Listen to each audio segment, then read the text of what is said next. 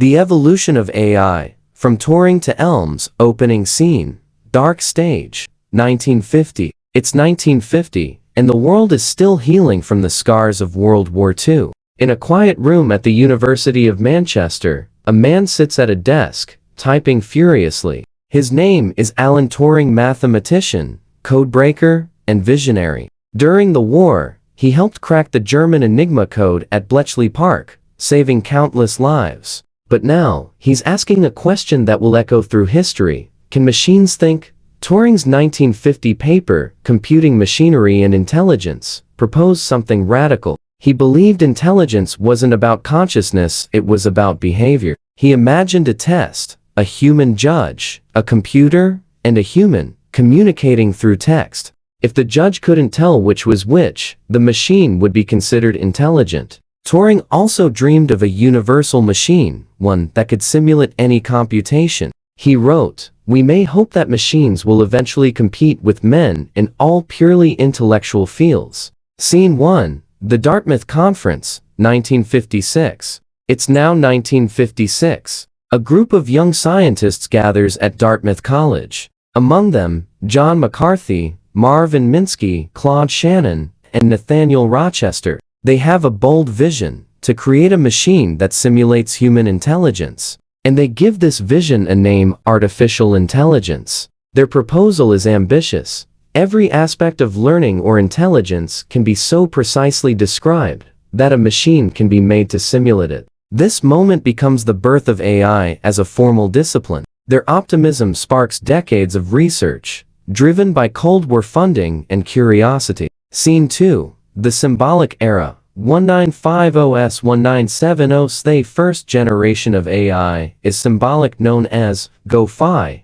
or good old-fashioned AI. Machines are built to reason using logic and rules. In 1956, Alan Newell and Herbert Simon create the logic theorist, a program that could prove mathematical theorems, sometimes more elegantly than humans. Simon recalled, "We invented a computer program capable of thinking non-numerically, and thereby solved the venerable mind-body problem." By the early 1970s, AI makes another leap with Terry Winograd's Shardloo. In a virtual block world, Shardloo responds to typed commands like, "Pick up the red block," and it does. But symbolic AI is brittle. It struggles with ambiguity. Shardloo can't function outside its tiny world of colored blocks. By the late 1970s, the dream begins to fade. The first AI winter begins. As Marvin Minsky later said, "We underestimated the difficulty of the problems we were trying to solve."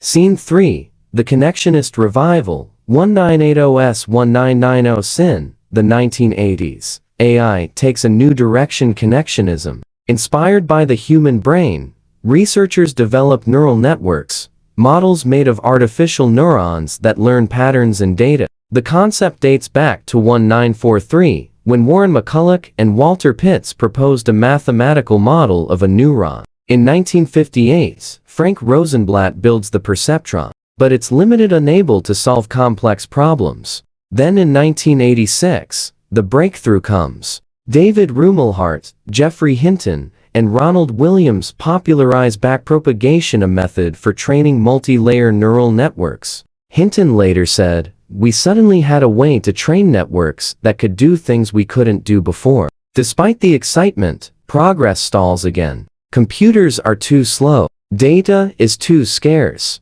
Neural networks fade into the background, for now. Scene 4, the Deep Learning Revolution, 2000s-2010 SPY, the 2000s. The pieces are falling into place. More data, faster computers, bigger ideas. In 2012, AlexNet shocks the world. A deep convolutional neural network, trained on over 1 million images, slashes the ImageNet error rate nearly in half, from 26% to 15.3%. It has 60 million parameters, trained over 5 days using GPUs.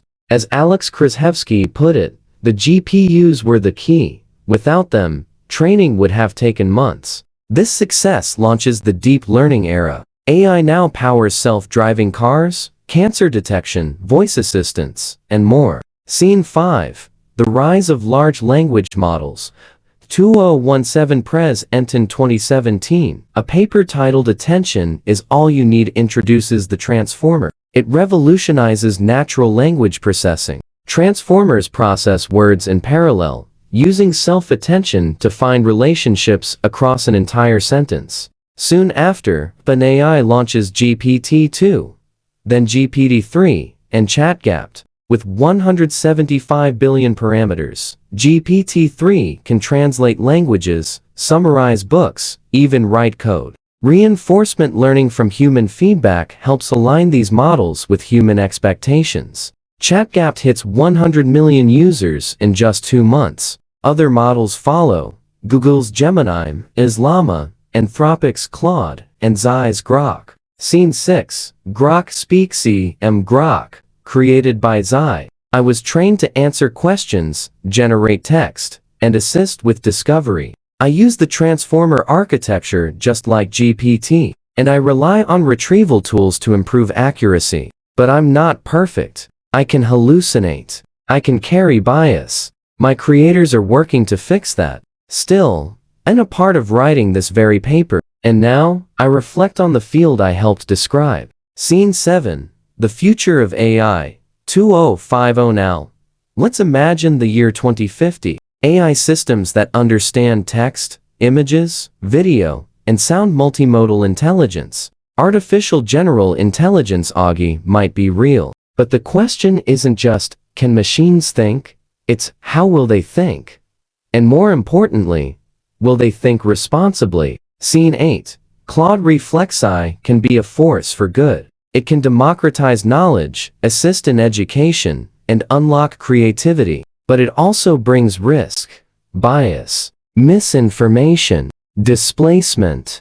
The challenge is aligning these systems with human values. The future of AI will be shaped not just by engineers, but by ethicists, policymakers, and all of us. Final scene. The question remains: from Turing's dream to today's digital minds, AI has evolved in cycles of hope, struggle, and discovery. Each generation built on the last, from logic to neurons, from code to cognition. The question Turing posed in 1950 still echoes. Can machines think? Maybe the better question now is, how will we think about the machines we've built?